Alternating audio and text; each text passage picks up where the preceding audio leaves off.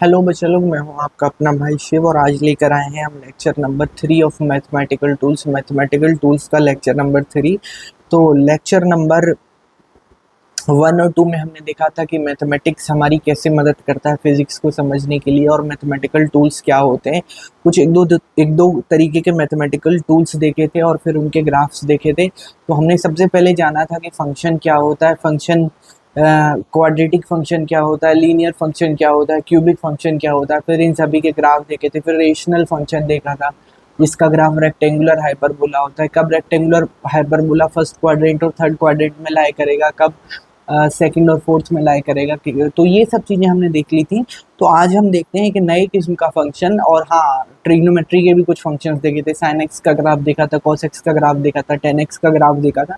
बेटा आज से चीज़ें थोड़ी अच्छी शुरू होनी चालू हो जाएंगी। आज के बाद आपको थोड़ा लेक्चर्स बोरिंग लगने बंद हो जाएंगे और आज का लेक्चर और आपका थोड़ा सा बोरिंग रहेगा, क्योंकि इधर हम वो चीज़ें देख रहे हैं जो हमको प्री रिक्विजिट्स हैं। उसके बाद फिर मस्त कैलकुलस चलेगी और मज़ेदार टॉपिक चलेगा। तो सबसे पहले हम लेक्चर 3 में, आज का जो हमारा टारगेट है लेक्चर 3 में, सबसे पहला फंक्शन एक जो हमारा नेक्स्ट फंक्शन हमको देखना है वो that is exponential function.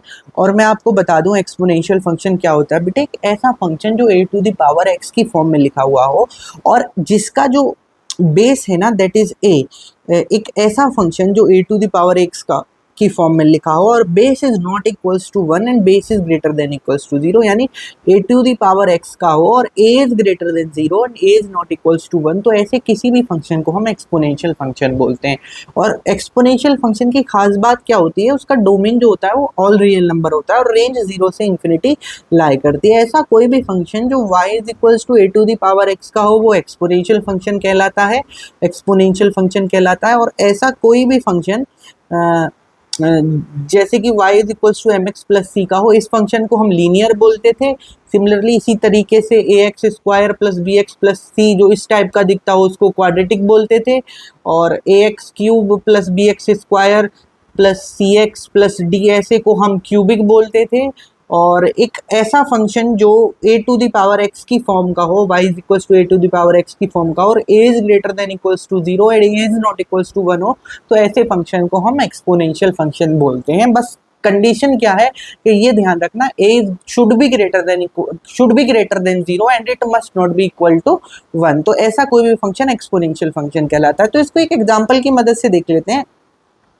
y is equals to 10 to the power x। तो हमने एग्जांपल लिया कि y is equals to 10 to the power x। तो आप इसका ग्राफ प्लॉट करते हैं। सबसे पहले इसका ग्राफ प्लॉट करते हैं और ग्राफ प्लॉट करने से भी पहले ये देखते हैं क्या ये एक्सपोनेंशियल फंक्शन है भी या नहीं। तो सबसे पहले इसको कंपेयर करो, y is equals to a to the power x से compare it with y is equals to a to the power x। क्या a इसमें हमारा जो 10 raise to the power x है इसमें a इज ग्रेटर देन 0? हाँ, a 0 से बड़ा है। क्या a is not equals to 1? हाँ बिल्कुल, क्योंकि a की वैल्यू 10 गिवन है। तो जी हाँ, ये एक एक्सपोनेंशियल फंक्शन है। तो 10 raise to the power x एक एक्सपोनेंशियल फंक्शन है और इसका आपको ग्राफ प्लॉट करने के लिए बोला है। तो बेटे सबसे पहले क्या करो ना आप कि जब भी ग्राफ प्लॉट करने को आया करें तो 2-3 वैल्यू निकाल लिया करो। हालांकि इसका ग्राफ मैं आपको बताऊंगा जो बाद में ध्यान रखना है कि कैसे प्लॉट होता है। तो सबसे पहले क्या करो आप, x बराबर 1 पर वैल्यू निकाल लो इसकी। तो x की वैल्यू 1 लेंगे तो y की वैल्यू आ जाएगी 10 raise to the power 1 is equals to 10। Similarly x की वैल्यू 2 पर वैल्यू निकाल लो। तो जैसे ही हम 10 की पावर 2 करेंगे तो आंसर मिल जाएगा 100। वैसे ही x की पावर 3 करेंगे तो हमको आंसर मिल जाएगा 10 की पावर 3 दैट इज 1000। और x की पावर 4 पर हमको मिलेगा 10 की पावर 4 दैट इज 10,000। ठीक है, तो इतना हमको मिल गया। अब सिमिलरली वैल्यूज निकाल लो, x बराबर -1 पर पॉइंट ले लिया करो, x की वैल्यूज ले लिया करो, उन पे y की वैल्यू निकाल लिया करो, उनको प्लॉट कर लिया करो, एज सिंपल एज दैट। तो x की वैल्यू -1 लेते ही 10 की पावर -1 ये 1/10 आ जाएगा और x की पावर -2 करते हैं ये 10 की पावर -2 दैट इज 1/100 आ जाएगा। और x की पावर -3 करते हैं ये 10 की पावर -3 दैट इज 1/1000 आ जाएगा। और x की पावर -4 करते हैं ये 10 की पावर -4 दैट इज 1/10,000 आ जाएगा। तो हमको वैल्यूज मिल गई, x, y के कोऑर्डिनेट मिल गए।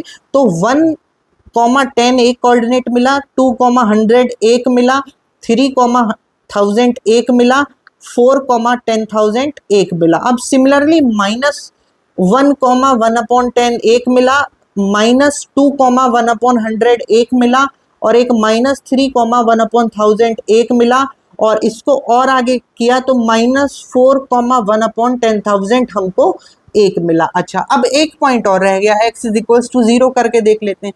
तो y is equals to 10⁻x में अगर x की वैल्यू 0 कर देंगे तो 10⁻0 दैट इज 1, तो एक कोऑर्डिनेट हमको मिल गया 0,1। तो जब सारे इन वैल्यूज को आप प्लॉट करोगे ना x और y एक्सिस पे, तो आपको कुछ एक ऐसा ग्राफ मिलेगा। जब आप इन सबको प्लॉट करोगे तो आपको कुछ एक ऐसा ग्राफ मिलेगा, you will find a graph of this nature, कुछ इस तरीके का ग्राफ मिलेगा, और ये ग्राफ ऐसे मूव कर रहा होगा, और ये पॉइंट जो होगा आपका, दिस विल बी आपका x इज इक्वल्स टू 0, तो y इज इक्वल्स टू 1, 0,1। और जैसे ही आप x बराबर इन्फिनिटी रख के देखिए, इसमें x is equals two plus infinity रख के देखिए, तो y की वैल्यू आपको प्लस इन्फिनिटी मिल रही है, और x की वैल्यू माइनस इन्फिनिटी रख के देखेंगे तो आपको 1/10⁻∞ दैट इज 0 मिल रहा है। तो माइनस इन्फिनिटी पे फंक्शन टेंड कर रहा है 0 को, और प्लस इन्फिनिटी पे टेंड कर रहा है इन्फिनिटी को, और बढ़ता ही जा रहा है। तो ऐसे फंक्शन के ग्राफ को हम एक्सपोनेंशियल फंक्शन बोलते हैं। और इसका ग्राफ जो होता है वो कुछ इस तरीके का ग्राफ होता है, ये 0,1 से पास करता है, और ये इधर से माइनस इन्फिनिटी से आ रहा होगा, माइनस इन्फिनिटी पर इसकी वैल्यू अप्रोक्सीमेटली 0 हो रही होगी, और प्लस इन्फिनिटी पर इसकी वैल्यू बहुत high that is close to infinity हो रही होगी। तो ऐसा जो भी ग्राफ होगा उसको हम एक्सपोनेंशियल फंक्शन का ग्राफ बोलते हैं। ये सारे पॉइंट्स आप प्लॉट करके देख लीजिएगा, आपको यही ग्राफ मिलेगा। आई होप आप लोगों को समझ में आया होगा। बढ़ते हैं नेक्स्ट क्वेश्चन की तरफ। अच्छा, तो फिर से हमसे बोला है y is equals to 2⁻x, तो y is equals to 2⁻x। सबसे पहले तो ये बताओ कि ये एक एक्सपोनेंशियल फंक्शन है भी या नहीं। तो आप लोग 2 मिनट का टाइम दो और ये बताओ कि ये एक एक्सपोनेंशियल फंक्शन है भी या नहीं। तो एक्सपोनेंशियल फंक्शन क्या होता है बेटा? एक ऐसा फंक्शन जो y is equals to a⁻x की फॉर्म का हो, a should be greater than 0 and a should not be equals to 1। तो ऐसे फंक्शन को हम एक्सपोनेंशियल फंक्शन बोलते हैं। क्या यहाँ पर a की वैल्यू 0 से बड़ी है? हाँ जी, 2 है, 0 से बड़ी है। क्या a की वैल्यू 1 के बराबर नहीं है? हाँ। तो ये फंक्शन हमारा एक एक्सपोनेंशियल फंक्शन कहलाया। तो सबसे पहले मैंने आपको क्या बताया था, ऐसे फंक्शन का जो ग्राफ प्लॉट करते हैं उसके ग्राफ को प्लॉट करने के लिए आप x बराबर प्लस माइनस इन्फिनिटी पे वैल्यू निकाल लो, x बराबर 0 पे निकाल लो, x बराबर +-1, x बराबर +-2 और x बराबर +-3, कोई 3-4 पॉइंट पे वैल्यू निकाल लो और उनको प्लॉट करो। तो आपको जो ग्राफ मिलेगा वो कुछ इस तरीके का ग्राफ मिलेगा, ठीक है। तो और ऐसे ग्राफ को एक्सपोनेंशियल फंक्शन का ग्राफ बोलते हैं। अच्छा, तो अब हम करते क्या है कि x की वैल्यू हम रख के देखते हैं, x is equals two plus infinity. तो जैसे ही x की वैल्यू प्लस इन्फिनिटी रखेंगे तो y की वैल्यू 2⁻∞ दैट इज इन्फिनिटी मिल जाएगा। अब x की वैल्यू 0 रखेंगे तो y की वैल्यू 2⁻0 दैट इज 1 मिल जाएगा। अब x की वैल्यू 1 रखेंगे तो y की वैल्यू 2⁻1 दैट इज हमको 2 मिल जाएगा। अब जैसे ही x की वैल्यू हम 2 रखेंगे तो y की वैल्यू 2⁻2 दैट इज 4 मिल जाएगा। अब x की वैल्यू जैसे ही 3 रखेंगे तो y is equal to 2⁻3 that is हमको 8 मिल जाएगा। सिमिलरली नेगेटिव वैल्यूज के लिए कर लीजिए, x की वैल्यू माइनस इन्फिनिटी पे रखिए तो y की वैल्यू आपको 2⁻∞ दैट इज 1/2⁻∞ क्लोज टू 0, आपको 0 के अप्रोक्सीमेटली मिल जाएगा। सिमिलरली x बराबर -1 पे आपको y की वैल्यू 1/2 मिल जाएगी। सिमिलरली x बराबर -2 पर y की वैल्यू आपको 1/4 मिल जाएगी। सिमिलरली x बराबर -3 पर y की वैल्यू आपको 1/8 मिल जाएगी, 1/8। तो जब इन सब वैल्यूज को आप प्लॉट करेंगे तो आपको एक ग्राफ मिलेगा, जो ग्राफ कुछ बेटे ऐसा ग्राफ होगा एक्सपोनेंशियल, और ये पास कहां से कर रहा होगा? 0,1 से पास कर रहा होगा, ठीक है। तो ऐसा जो ग्राफ मिले और ये पॉइंट इन्फिनिटी पे जाते जाते वैल्यू इन्फिनिटी हो रही हो और माइनस इन्फिनिटी पे जाते वक्त वैल्यू क्लोज टू 0 हो रही हो, तो ऐसे ग्राफ को एक्सपोनेंशियल फंक्शन का ग्राफ बोलते हैं। और ऐसा ग्राफ मिलेगा आपको 2⁻x का। तो ये बात ध्यान रखनी होती है। और जो लॉगरिदमिक फंक्शन होता है ना, वो आगे चल के हम देखते हैं वो इसी का इनवर्स होता है, यानी कि इसका अगर आप किसी का एक्सपोनेंशियल फंक्शन का लॉग लोगे तो आपको मतलब वैल्यूज इसका इनपुट उसका आउटपुट, उसका आउटपुट इसका इनपुट, इस तरीके से मिलेगा, यानी वैल्यूज आपको वही मिलेंगी। तो मैं वो आपको समझा दूंगा जब लॉग पढ़ेंगे, लेकिन अभी के लिए आप इतना ध्यान रखें, अच्छा, तो सिमिलरली अब हमने क्या करा कि बेटा y is equals to e to the power x ले लिया, और ई मैं आपको बता दूं एक कांस्टेंट होता है जो नेपियर ने दिया था, इसको बोलते हैं यूलर नंबर और नेपियर्स कांस्टेंट। यूलर नंबर और नेपियर्स कांस्टेंट, इसकी वैल्यू अप्रोक्सीमेटली 2.7 होती है। तो y is equals to 2.7 to the power x, क्या ये ग्रेटर देन जीरो है? जी हाँ, बिल्कुल ग्रेटर देन जीरो है। क्या नॉट इक्वल्स टू 1 है? जी हाँ। तो इसका ग्राफ भी बेटे x, ये भी तो एक्सपोनेंशियल फंक्शन ही हुआ, e to the power x, ये भी एक एक्सपोनेंशियल फंक्शन हुआ। और एक्सपोनेंशियल फंक्शन का जो ग्राफ है वो मैंने बताया था आपको, वो कुछ कुछ ऐसा होगा, और इधर आप बढ़ते जाएंगे तो ये जीरो को टेंड करता चला जाएगा और ये इन्फिनिटी को टेंड करता हुआ चला जाएगा। और ये पास कहाँ से करेगा बेटे? ये 0,1 से पास करेगा। आपको इतनी बात ध्यान में रखनी है, ठीक है। तो e to the power x का ग्राफ भी कुछ ऐसा ही होता है, यानी कि कोई भी एक्सपोनेंशियल फंक्शन आपको दिख जाए उसका ग्राफ बेटे ऐसा ही होगा। इसमें ज्यादा सोचने की बात नहीं, बस आपको पता होना चाहिए कि e to the power x का ग्राफ कैसा होता है, ठीक है। बहुत बढ़िया। और ये ग्राफ ना इंक्रीजिंग नेचर का ग्राफ है। आप देखो जैसे जैसे आप आगे बढ़ते जाओगे वैल्यू बढ़ती चली जाएगी, तो ये कुछ चीजें आपको ध्यान में रखनी है। अब बढ़ते हैं, अच्छा एक्सपोनेंशियल फंक्शन को एक बार और देख लेते हैं। आपको ध्यान में क्या रखना है, तो 2 टू द पावर x का ग्राफ देखा, 10 टू द पावर x का देखा, और अब क्या बोलते हैं इसको हम, कि कोई भी function a to the power x का हो जहां पर a is greater than 0, a is not equals to 0, और जिसका डोमेन जो होता है x बिलोंग्स टू r और रेंज इज 0 टू इन्फिनिटी। देखिए आप ग्राफ देखिए, हमेशा y की वैल्यू 0 के ऊपर ही लाई कर रही है, ये 0 से ऊपर इधर ही लाई कर रही है, तो आप देखेंगे कि 0 से इन्फिनिटी में ही लाई करेगा y, ठीक है। अच्छा, इसको भी दो केस में देख लिया हमने, ये बताया था y is equals to a to the power x में a is greater than 0 but a is not equals to 1। तो बेटा दो केस बन रहे हैं, a की वैल्यू कहाँ से कहाँ लाई कर रही होगी? a की वैल्यू लाई कर रही होगी 0 से 1 के बीच में, और a की वैल्यू लाई कर रही होगी ग्रेटर देन 1।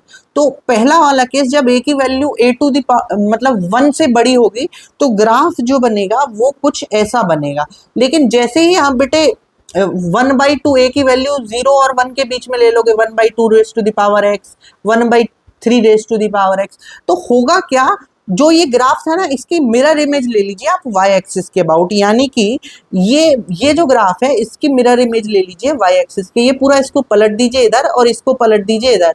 तो अब फाइनल जो ग्राफ हो जाएगा वो बड़ी वैल्यू पे आंसर दे रहा था छोटा, और छोटी वैल्यू पे आंसर देगा बड़ा। तो इस तरीके के का हम ग्राफ देख लेते हैं, क्योंकि उल्टा केस हो जाएगा, छोटी पावर छोटे नंबर की अगर बड़ी पावर करोगे तो आंसर आपको क्या मिलेगा? आंसर आपको मिलेगा छोटा, छोटे नंबर की बड़ी पावर पे आंसर छोटा मिलेगा, छोटे नंबर की छोटी पावर पे आंसर बड़ा मिलेगा। तो ये जो ग्राफ होगा ये y एक्सिस के अबाउट इसका मिरर इमेज ले लीजिएगा, सेम वही ग्राफ रहेगा, बस आप एक बेस ग्रेटर देन 1 में ध्यान रखें। अगर ग्राफ ऐसा है तो इसकी मिरर इमेज ले ली, ये इधर आ जाएगा और इसका ये वाला पोर्शन इधर आ जाएगा, तो ग्राफ बिल्कुल सेम रहेगा, बस उसका मिरर इमेज आपको y एक्सिस के अबाउट ले लेना है, ठीक है। अच्छा, in general exponential function increases और डिक्रीजेज। अगर बेटा 0 से 1 के बीच में बेस लाई कर रहा है तो ये डिक्रीजिंग फंक्शन होगा, और बेस इज ग्रेटर देन 1 तो एक्सपोनेंशियल फंक्शन एक इंक्रीजिंग फंक्शन होगा। बस मैं इतना ही बताना चाह रहा था कि या तो ये इंक्रीजिंग होगा या ये डिक्रीजिंग होगा। हम जिस चीज का यूज करेंगे, हम यूज करेंगे कि एक्सपोनेंशियल कब इंक्रीजिंग होता है कब डिक्रीजिंग होता है। जब अगर बेस 0 से 1 के बीच में लाई करे तो ये डिक्रीजिंग फंक्शन होगा, और जब बेस 1 से बड़ा हो तो ये इंक्रीजिंग फंक्शन होगा। और आप लॉजिक जानते ही हैं, क्योंकि भाई जब भी छोटे नंबर की बड़ी पावर करोगे तो आंसर आपका छोटा आएगा, और छोटे नंबर की छोटी पावर करोगे तो आंसर बड़ा आएगा। आई होप आप लोगों को इतना समझ में आया होगा। अब एक नया अगला फंक्शन देखते हैं जिसको हम बोलते हैं लॉगरिथमिक फंक्शन। एक्सपोनेंशियल फंक्शन देखने के बाद हम लॉगरिथमिक फंक्शन देख रहे हैं, लेकिन लॉगरिथमिक फंक्शन शुरू करने से पहले मैं आपको ये बता दूं कि लॉगरिथमिक फंक्शन डिफाइन कैसे होता है। तो बाकी काम की बातें, ये जो भी ग्राफ वगैरह बने हुए हैं ये बाद में देखेंगे। सबसे पहले देखते हैं कि एक्सपोनेंशियल फंक्शन और लॉगरिथमिक फंक्शन के बीच में रिलेशन क्या है, क्या क्या दोनों के बीच में ऐसा है जो हमारे काम का है। तो बेटा शुरू करते हैं। देखिए हम एक फंक्शन लिख रहे हैं कि 10 to the power 2 is equals to 100, ठीक है। ये a to the power x is equals to y, ये कोई फंक्शन दिया हुआ है 10 की पावर 2 इज इक्वल्स टू 100। तो ये एक एक्सपोनेंशियल फंक्शन दिया हुआ है। क्या दिया हुआ है? एक्सपोनेंशियल फंक्शन दिया हुआ है। अगर ना बेटे हम इसको ऐसे लिखें, log ऑफ 100 बेस 10, तो हमको आउटपुट जो मिलेगा यहाँ पर x 2 की पावर, या ये मान ले 10 की पावर x का फंक्शन दे रखा है, इज इक्वल्स टू y। तो a to the power x is equals to y। अगर हम यहाँ पर लॉग ले लें इसका, यानी कि लॉग 100 बेस 10 यानी लॉग y बेस a ले लें, तो हमको जो आंसर मिलेगा वो मिलेगा x। यानी कि ये रिलेशन है कि log of y base a, ठीक है, इज इक्वल्स टू x। तो similarly a to the power x को दूसरे फॉर्म में लिखा जा सकता है y। a to the power x को अगर लॉगरिदमिक फॉर्म में लिखेंगे तो log y base a is equals to x, और a to the power x is equals to y। Similarly एक नंबर दिया हुआ है 10 की पावर 3, तो इसकी वैल्यू हो जाएगी 1000, और इसको लॉगरिदमिक फॉर्म में लिखेंगे तो log of 10,000 base 10 is equals to 3, और एक्सपोनेंशियल फॉर्म में तो 10 की power 3 is equals to 1000t, ऐसा कुछ आ जाएगा।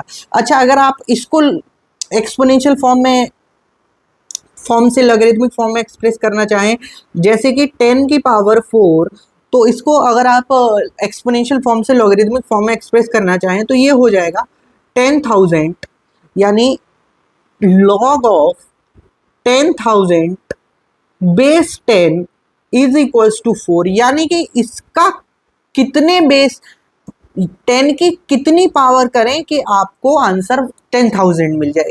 अगर कोई नंबर इस तरीके से लिखा हुआ है log 100 बेस 10, तो इसका मतलब है 10 की कितनी पावर करें कि आपको आंसर 100 मिल जाए, यानी कि 2 पावर करें। तो 10 की पावर 2 इज इक्वल्स टू 100, कितनी पावर करें, ये कुछ इस तरीके से पहचानना होता है, दोनों के बीच में ये रिलेशन होता है, ठीक है। तो इसका मतलब है जैसे कि आपको 10 की पावर 2 इज इक्वल्स टू 100 लिखा हुआ है, तो 10 की कितनी पावर करें कि वो 100 मिले, तो 100 का कितने बेस पे लॉग मिले कि आपको 2 मिले, तो log of 100 base 10 is equals to 2। तो जैसे कि log of 100 base 10 is equals to 2, यानी 10 की कितनी पावर करें कि आपको 100 मिले, या 100 का कितनी बेस पर लॉग लेके आपको 2 मिले। तो ये दोनों कुछ इस तरीके से इंटरलिंक्ड हैं। अच्छा, अब इसका लॉगरिदमिक फंक्शन का ग्राफ देख लेते हैं। जैसे बेटा दो वेरिएशन हमारे एक्सपोनेंशियल फंक्शन में होते थे, वैसे ही लॉगरिदम में होते हैं। अगर बेस ए हो, तो हमने देखा था अगर base a is greater then 1 हो, तो हमने देखा था कि कुछ इस तरीके का ग्राफ बन रहा था, कुछ इस तरीके का ग्राफ बन रहा था हमारा। तो y is equals to a to the power x का ग्राफ इस तरीके का बन रहा था। आप कुछ ना करें, इस ग्राफ का मिरर इमेज ले लें x बराबर y के अबाउट, x बराबर y के अबाउट, तो आपको जो आंसर मिलेगा वो लॉगरिदमिक फंक्शन का आंसर मिलेगा। You will get a logarithmic function, ठीक है, आपको लॉगरिदमिक फंक्शन का ग्राफ मिल जाएगा। तो एक्सपोनेंशियल फंक्शन का ग्राफ तो कुछ ऐसा होता था, लॉगरिदमिक फंक्शन का ग्राफ कुछ ऐसा होता है। वहां ये पॉइंट 0,1 था, यहाँ पॉइंट ये 1,0 हो गया, यानी एक्स और वाई इंटरचेंज हो गए। अच्छा, सिमिलरली अब आप इसमें देखें, ये अगर बेस 0 से 1 के बीच में लाए करेगा तो लॉग का ग्राफ कुछ इस तरीके से हो जाएगा, यानी कि अगर बेस 0 से 1 है तो ये ग्राफ एक डिक्रीजिंग फंक्शन है, अगर बेस 1 से बड़ा है तो ये ग्राफ 0 से बड़े नंबर के लिए इंक्रीजिंग फंक्शन हो जाएगा, और x क्लोज टू 0 पर आंसर -∞ देगा, ठीक है। तो आई होप आपको समझ में आ रहा होगा। तो a to the power x को लिखने का, एक y बराबर a to the power x को लिखने का तरीका ये भी होता है, x is equal to log of y base a, और इसकी जो डोमेन होती है वो r होती है, रेंज 0 टू इन्फिनिटी होती है, ठीक है। इतना logarithmic function is also known as inverse of exponential function. तो हम x बराबर y के अबाउट इसका मिरर इमेज ले लेते हैं लॉगरिदमिक फंक्शन का, और वही हमारा आंसर हमको मिल जाता। आई होप आप लोगों को इतना समझ में आया होगा। अच्छा, अब एक दो चीज और काम की देखते हैं। वेट अ मिनट, हाँ, बाइनोमियल अप्रोक्सीमेशन देखने से पहले ये देखते हैं कि बेटा अगर कभी ऐसे लिखा हो log of m base 10 plus log of n base 10, तो इसको लिखने का तरीका होता है log mn बेस 10। तो इसको आप ऐसे भी लिख सकते हैं, ठीक है। तो यानी कि log ऑफ ये मान के चले आपका 10,000 यानी 1000 बेस 10 है, तो इसको आप ऐसे भी लिख सकते हैं log of 10 base 10 plus log of 100 base 10, ठीक है। तो इस तरीके से भी इसको सॉल्व किया जा सकता है। तो इसका आंसर आ जाएगा 1 प्लस 2 दैट इज 3, और इसका आंसर भी 10 की पावर कितनी करें 3, दोनों साइड सेम आंसर आ रहा है। अच्छा, सिमिलरली लॉग ऑफ m, ये प्रॉपर्टीज हैं लॉग की, ये आपको ध्यान में होनी चाहिए। हालांकि आप मैथ्स में पढ़ के आए हो, लेकिन मैं एक बार आपको फटाफट रिवाइज करा रहा हूँ। Log of m base 10 minus log of n base 10, तो ये हो जाएगा log of m upon n base 10, यानी ठीक है।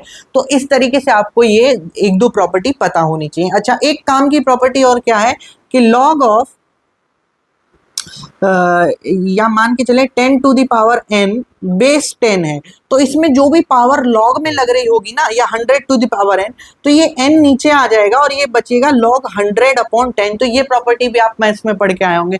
तो बेसिक प्रॉपर्टीज आपको लॉगरिथम की आनी चाहिए। लॉगरिथम का ग्राफ पता होना चाहिए, एक्सपोनेंशियल फंक्शन का ग्राफ पता होना चाहिए, और ये पता होना चाहिए कि एक्सपोनेंशियल फंक्शन कब स्ट्रिक्टली इंक्रीजिंग है, कब स्ट्रिक्टली डिक्रीजिंग है, कब लॉगरिथमिक फंक्शन इंक्रीज होता है, कब डिक्रीज होता है। एक बार मैं फिर बता दे रहा हूं, अगर आपका बेस 1 से बड़ा है तो लॉगरिथमिक फंक्शन एक इंक्रीजिंग फंक्शन है। अगर बेस 0 से 1 के बीच में है तो आपका लॉगरिथमिक फंक्शन एक डिक्रीजिंग फंक्शन है, ठीक है।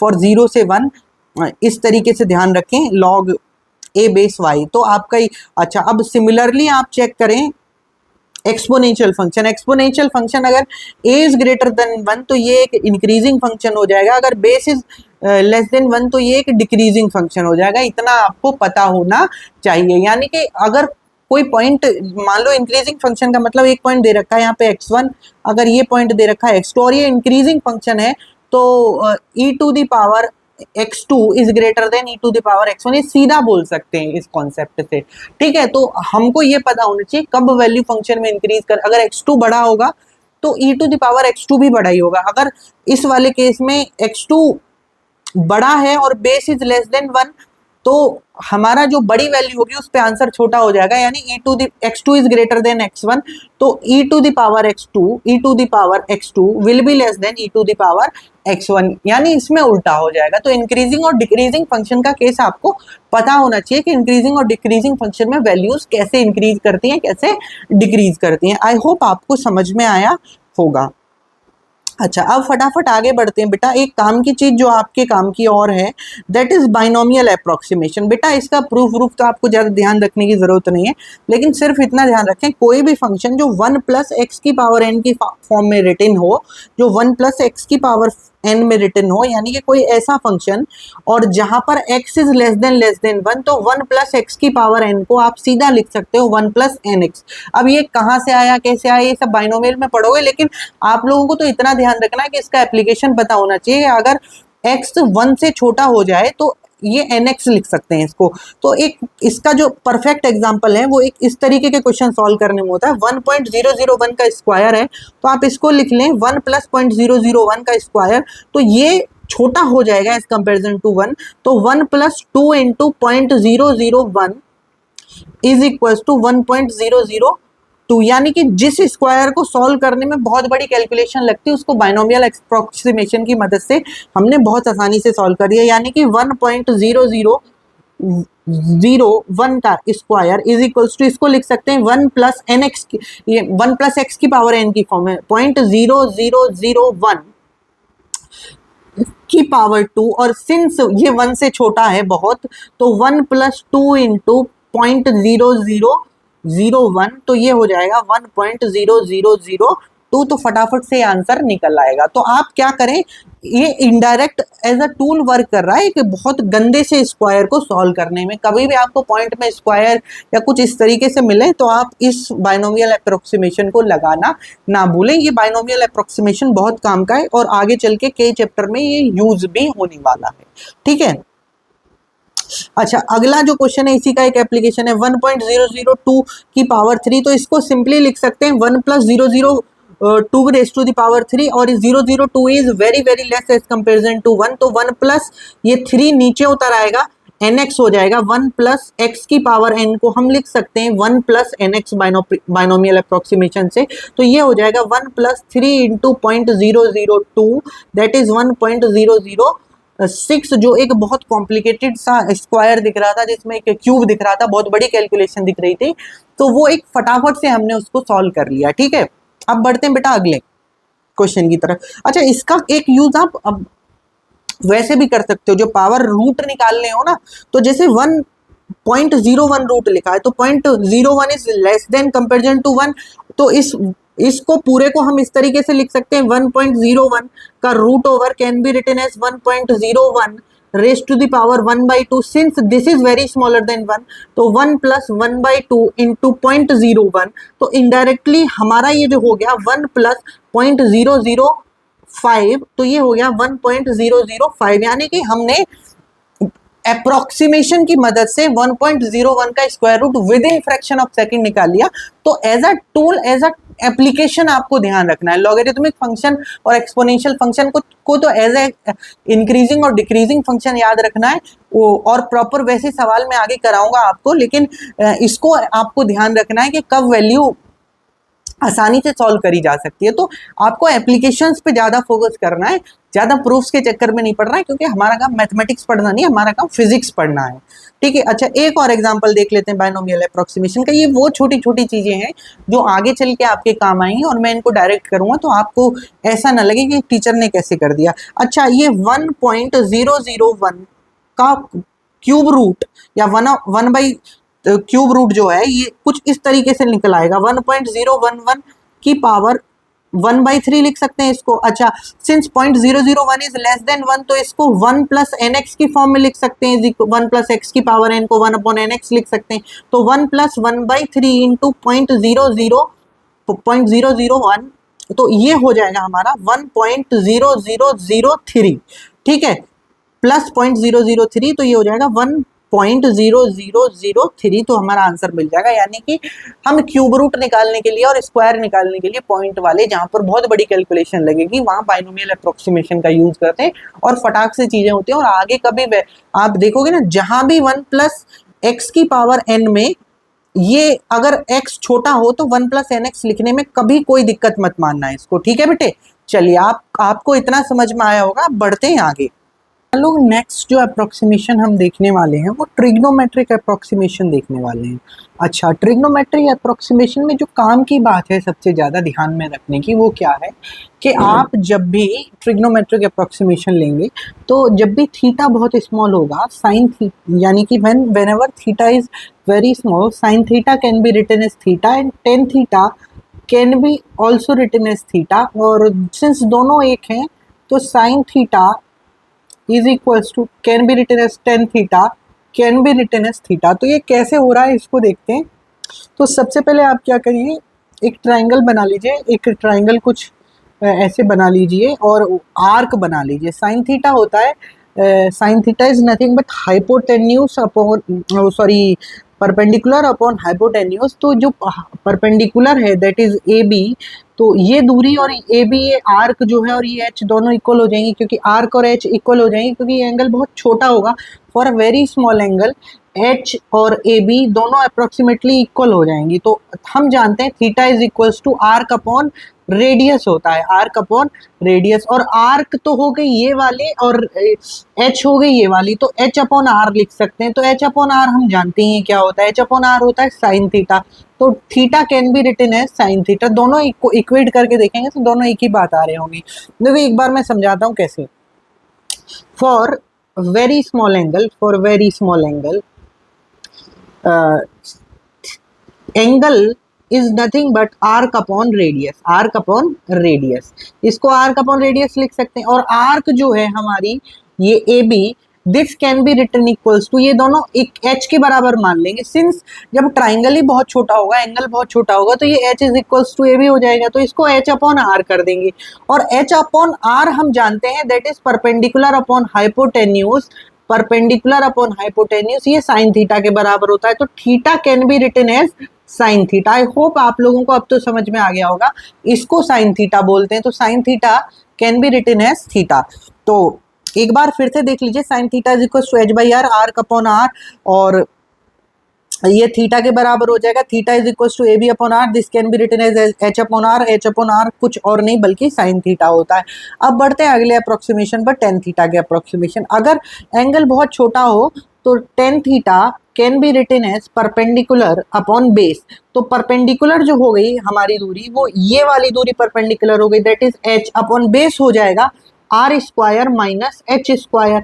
अच्छा, सिंस हमारे r के कंपैरिजन में h बहुत छोटा है, h is smaller than r, क्योंकि भाई ये एंगल छोटा है, ये एंगल छोटा है, तो ये h भी बहुत छोटा होगा, तो h अपॉन r लिख सकते हैं। और tan theta is equal to h upon r को हम बोलते हैं perpendicular upon hypotenuse, that is sine theta. तो साइन थीटा को फिर हम जानते हैं, अभी पीछे देखा है हमने, can be written as theta. तो tan theta can be written as sine theta, can be written as theta अगर एंगल बहुत छोटा हो। ये हर एक एंगल के लिए नहीं है, बस छोटे एंगल के लिए। तो आप इतना ध्यान रखें, जो काम की बात है कि साइन थीटा, टेन थीटा और theta for very small angle, ये तीनों इक्वल हो जाते हैं, ठीक है। तो अभी तक आप लोग बाइनोमियल अप्रोक्सीमेशन देख लिया, उसका एप्लीकेशन देख लिया, ट्रिग्नोमेट्रिक अप्रोक्सीमेशन देख लिया कि साइन थीटा को एज अ थीटा लिख सकते हैं और टेन थीटा को भी एज अ साइन थीटा और थीटा लिख सकते हैं। तो इतना काम की बात है, लेकिन कॉस के बारे में हमने नहीं देखा है कुछ भी ऐसा, साइन और टेन के बारे में ही देखा है। अच्छा, अब बेटे हम शुरू करने वाले हैं बिल्कुल एकदम fresh topic, that is differentiation. तो डिफरेंशिएशन समझने से पहले मैं आपको बता दूं, आपको दो तीन टर्म समझने होंगे, उन टर्म्स को देख लेते हैं। फाइनाइट डिफरेंस, तो कभी भी दो चीज हो, जैसे कि डेल्टा का मतलब क्या होता है, डेल्टा वाई का मतलब होता है डिफरेंस इन वाई। तो वाई की कोई दो वैल्यूज के बीच का डिफरेंस इन वाई, जैसे कि y2 माइनस y1, बाद वाली वैल्यू माइनस इनिशियल वैल्यू, तो इसको डेल्टा वाई बोलेंगे, ठीक है। तो this will be called as change in y. Similarly delta x का मतलब हो जाएगा change in x, change in x, तो एक्स के चेंज को डेल्टा एक्स बोलेंगे। सिमिलरली डेल्टा एस का मतलब हो जाएगा चेंज इन एस, और सिमिलरली डेल्टा सुंदर कन्या का मतलब हो जाएगा चेंज इन सुंदर कन्या, ठीक है। सुंदर कन्या में क्या बदलाव आया, और आप लोग ये ज्यादा सुंदर कन्या के चक्कर में ना पड़े भाई, सुंदर कन्या बस मैंने ऐसे ही बोल दिया, ठीक है। चेंज इन सुंदर कन्या। तो सिमिलरली दो वैल्यूज के बीच में जो फाइनाइट डिफरेंस होता है, जब डिफरेंस की कुछ फाइनाइट वैल्यू हो तो उसको डेल्टा वाई बोलते हैं, यानी डेल्टा बोलते हैं। वाई का डिफरेंस तो डेल्टा वाई, एक्स का डिफरेंस तो डेल्टा एक्स, एस का डिफरेंस तो डेल्टा एस, सुंदर कन्या का डिफरेंस तो डेल्टा सुंदर कन्या, ठीक है। तो डिफरेंस बिटवीन टू वैल्यूज, जैसे कि एक y2 की वैल्यू 100 दे रखी है और y1 की वैल्यू 50 दे रखी है, तो इस केस में डेल्टा वाई आ जाएगा हमारा 100 minus 50, that is equals to 50। तो फाइनाइट वैल्यू आ रही है। अगले केस में क्या हो जाएगा, y2 की वैल्यू 100 ले ली, y1 की वैल्यू 99 ले ली, तो डेल्टा वाई फिर से फाइनाइट वैल्यू आ गई, that is 1, 100 minus 99 is equals to 1। अब अगले केस में क्या लिया, y2 की वैल्यू 100 ली, y1 की वैल्यू 99.5 ली, तो डेल्टा वाई जो हो जाएगा वो हो जाएगा y2 minus y1, that is 100 minus 99.5, that is equals to 0.5। तो हर एक केस में आपने देखा होगा कि ये डिफरेंस जो आ रहा है ये फाइनाइट आ रहा है। अब यही चीज आगे चल के डिफरेंशिएशन बनती है। अब इनफाइनाइट एक आपको और बात देखनी होगी, जैसे कि delta y by delta x है, इसका मतलब होता है rate of change of y with respect to change of x. अच्छा, जब ये delta y by delta x, जब ये डेल्टा बहुत छोटा हो जाए, यानी d y by d x, यानी जो इनफाइनाइटली स्मॉल हो जाए।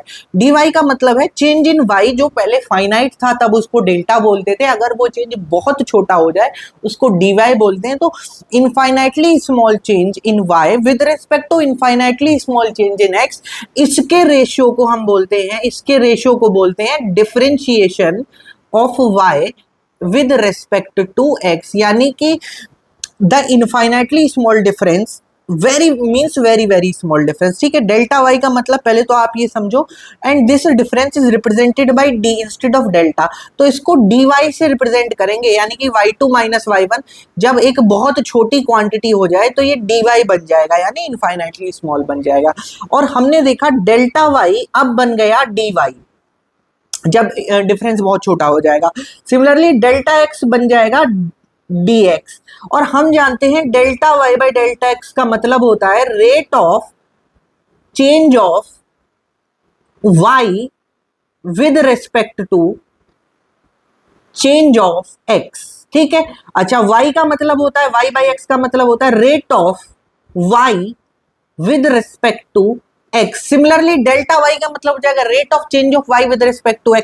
Similarly delta y dy by dx का मतलब हो जाएगा rate of change of infinitely small change की बात हो रही है, rate of change of rate of infinitely small change, rate of infinitely small change of y with respect to infinitely small change of x। तो इसी को term को हम आगे चल के डिफरेंशिएशन बोलते हैं। डिफरेंशिएशन कुछ और नहीं, रेट होता है, दो क्वांटिटीज का रेशियो होता है, लेकिन तब होता है जब डेल्टा y यानी y का चेंज x के चेंज होने के साथ बहुत छोटा हो जाए, वो डेल्टा y की वजह dy बाय dx हो जाए। अच्छा, तो डिफरेंशिएशन का जो मतलब है उसका एक नाम डेरिवेटिव भी है, किसी फंक्शन का डेरिवेटिव लेना। और डिफरेंशिएशन को रिप्रेजेंट करने के दो तरीके होते हैं। dy बाई dx का मतलब होता है differentiation of y with respect to x, और इसको इस तरीके से भी लिख सकते हैं f dash x with respect to, मतलब f डैश x भी इसको बोल सकते हैं differentiation of f with respect to x, या ये बोले d by dx of f x. तो इस फंक्शन ऑफ एक्स का डिफरेंशिएशन, ये तीनों एक ही बात है, तीनों का मतलब डिफरेंशिएशन ही है। और डिफरेंशिएशन का मतलब होता है वाई के हल्के से चेंज का रेट विद रेस्पेक्ट टू हल्के से चेंज, यानी very very infinitely small change of x. तो आई होप आपको समझ में आया होगा। डिफरेंशिएशन को लिखने के कुछ बहुत सारे तरीके होते हैं, एक को बोलते हैं dy बाई डी एक्स, एक को बोलते हैं df बाई डी एक्स, और इस तरीके से अलग अलग तरीके हैं। कहीं डॉट मिल जाएगा आपको, f डैश एक्स मिल जाएगा, तो अलग अलग नाम से पुकारते हैं। आपको तो बस ध्यान रखना है dy बाई डी एक्स ऐसे भी लिख लेते हैं, f डैश एक्स भी लिख लेते हैं, d by d x of function of x ऐसे भी लिख लेते हैं, बस इतना ध्यान में रखना है। और डिफरेंशिएशन करते कैसे हैं, इसके स्टैंडर्ड तरीके हैं, ज्यादा प्रूफ बेस्ड डिटेल में नहीं जाना है कि ये पर्टिकुलर फॉर्मूला कैसे आया, तो पर्टिकुलर रूल्स बताऊंगा आपको, उतने रूल्स ध्यान रखने और उन रूल्स के हिसाब से डिफरेंशिएशन करना आना चाहिए आपको। एडवांस की प्रैक्टिस खूब सारी करनी है, एडवांस के क्वेश्चन करने, लेकिन इतना डिटेल में नहीं होना कि साइन एक्स का डिफरेंशिएशन कॉस एक्स ही होता है, ये कहाँ से आया कैसे नहीं आया। हालांकि मैं आपको बता सकता हूँ, but that is not of our area of interest, वो जेई के लिए हमारे लिए इतना इंपॉर्टेंट नहीं है। लेकिन हमको ये समझ में आना चाहिए कि dy बाई डी एक्स का मतलब है, अपॉन का मतलब है rate of change of infinitely small y with respect to infinitely small change of x। तो इस रेट को हम डिफरेंशिएशन बोलते हैं।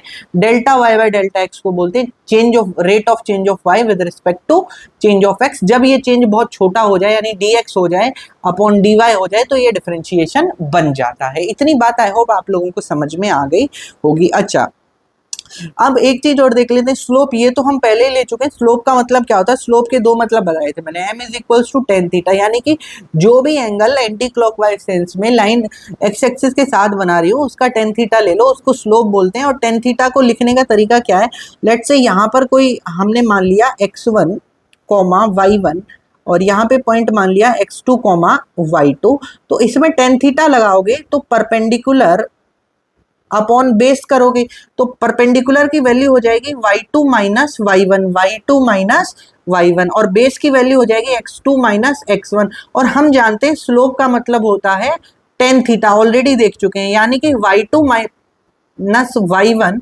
Upon x2 minus x1 that is perpendicular upon base. तो डिफरेंशिएशन में delta y by delta x का मतलब तो होता है स्लोप ऑफ अ लाइन या स्लोप ऑफ अ कर्व। ठीक है, इसका मतलब हो जाएगा कर्व। इसका जो ज्योमेट्रिकल मीनिंग है वो ये कहता है, अगर किसी का डिफरेंशिएशन करने को बोला है, delta y by delta x बोला है, यानी कि फाइनाइट चेंज बोला है, तो वो उसके स्लोप को रिप्रेजेंट करेगा। ठीक है, अच्छा, तो इस वाले केस में ये एक्यूट एंगल दे रखा है, तो यहाँ पर स्लोप क्या दे रखा है, पॉजिटिव, और इस वाले केस में हमारा स्लोप हो जाएगा negative for angle greater than equals to 90 degree. तो इतना हम सब लोग देख चुके थे। ठीक है, अच्छा, अब आगे बढ़ते हैं बेटे। तो मैं आपको बता दूं, जो आज काम की बात हमको देखनी है कि डेल्टा y का मतलब होता है चेंज इन y। ठीक है, और इसको लिख लेते हैं y2 माइनस y1। ऐसे ही सिमिलरली डेल्टा x का मतलब होता है change in x that is x2 minus x1, और इसको इसके रेट को that is delta y by delta x को हम लिख सकते हैं रेट ऑफ, अपॉन का मतलब rate of change of y with respect to change of x. ठीक है, तो y का change with respect to change of x, इसको बोलेंगे delta y by delta x. अच्छा, अब यही आगे चल के किस फॉर्म में बन जाता है, जब आप एक स्ट्रेट लाइन को प्लॉट करके ऐसे देखेंगे, ये दो कोई कोऑर्डिनेट को प्लॉट करके देख लीजिए, ये x2 y2 और ये x1 y1, तो आप देखोगे कि ये दूरी हो जाएगी y2 माइनस y1 और ये दूरी हो जाएगी x2 माइनस x1, तो tan theta is nothing but delta y by delta x. तो delta y by delta x का मतलब कुछ और नहीं बल्कि स्लोप होता है। ठीक है, तो आपको इतना पता होना चाहिए, delta y by delta x का मतलब स्लोप होता है, और आगे चल के जब ये चेंज इनफाइनाइटली स्मॉल हो जाए तो ये स्लोप ऑफ अ सीकेंट होता है। ठीक है, जब यही चेंज बहुत स्मॉल हो जाए तो ये चेंज डिफरेंशिएशन बन जाता है। ठीक है, तो अभी तक हमने कोई फंक्शन ले रखा है, उसमें दो वैल्यू ले रखी, कोई फंक्शन का ग्राफ ले रखा है कुछ इस तरीके से, यहाँ पे कोई x पे वैल्यू ले रखी है और डेल्टा x डेल्टा चेंज पर यहाँ पर value delta x plus delta x पर कोई वैल्यू ले रखी है, तो ये कुछ इस तरीके से हो जाएगा f of y x plus delta x minus function of x divided by x plus delta x minus delta x, sorry minus x, इसको आप ऐसे लिखिए। तो delta y by delta x का मतलब हो जाएगा f of x plus delta x. आप एक सेकंड में इसको यहाँ पे लिखता हूँ साफ साफ जगह में।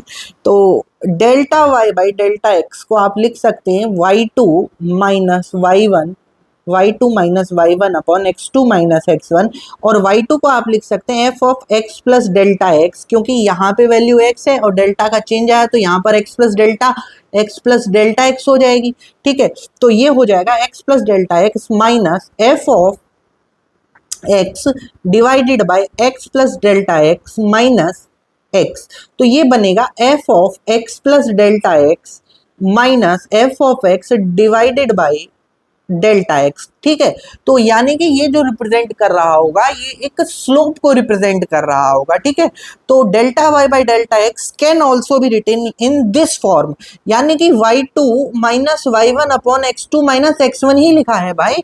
यहाँ पर वैल्यू निकालोगे तो इस पर जो वैल्यू होगी that is y is equal to f of x निकल के आएगी, और ये वाली जो वैल्यू होगी x प्लस डेल्टा एक्स पर निकल के आएगी F of x plus delta x पर, दोनों का डिफरेंस ले लोगे। तो आई होप आपको ये समझ में आया होगा। अच्छा, तो डेरिवेटिव ऑफ अ फंक्शन जो होता है, रेट ऑफ चेंज को, एवरेज रेट ऑफ चेंज को हम delta y by delta x से रिप्रेजेंट करते हैं, और जब ये बहुत छोटा चेंज हो जाए, ठीक है, we know that the average rate of change is represented by delta y by delta X, और इसको लिखने का तरीका होता है x plus delta x minus F X divided by delta X, और delta X is nothing but X plus delta x minus X. ठीक है, तो डेल्टा एक्स ही बचेगा।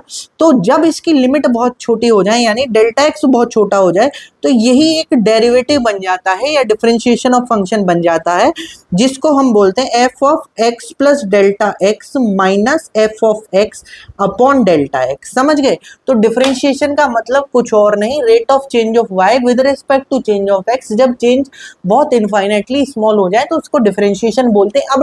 अब अगला टास्क हमारा है कि ये समझ में आ गया कि delta y by delta x का मतलब तो होता है स्लोप, और डिफरेंशिएशन का मतलब होता है जब change of y, rate of change of y with respect to change of x बहुत छोटा हो जाए तो वो डिफरेंशिएशन बनता है delta y by delta x, तो वो d y by d x बन जाएगा। अब डिफरेंशिएशन करते कैसे हैं ये बिल्कुल ये हम आगे देखेंगे, और आज का जो लेक्चर है मैं इसको यहीं पे समाप्त करता हूँ, और अगले लेक्चर के लिए मैं आप लोगों के लिए डिफरेंशिएशन कैसे करते हैं, डिफरेंशिएशन का प्रॉपर मीनिंग क्या होता है, वो नेक्स्ट लेक्चर से लूँगा।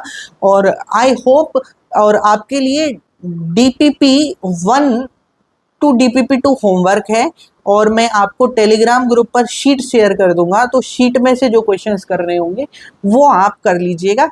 आज के लिए इतना ही, और आगे वाला जो लेक्चर है वो डिफरेंशिएशन से शुरू करेंगे। आज का लेक्चर मैं थोड़ा 10-15 मिनट छोटा रख रहा हूँ knowingly, because I don't want कि मैं डिफरेंशिएशन को बीच में से शुरू करूँ, आई वांट कि मैं बिल्कुल फ्रेश तरीके से डिफरेंशिएशन को शुरू करूँ। तो आज का जो टाइम है वो अगले लेक्चर में मैं ऐड ऑन कर लूँगा, वो आपको 10-15 मिनट मैं उधर दे दूँगा।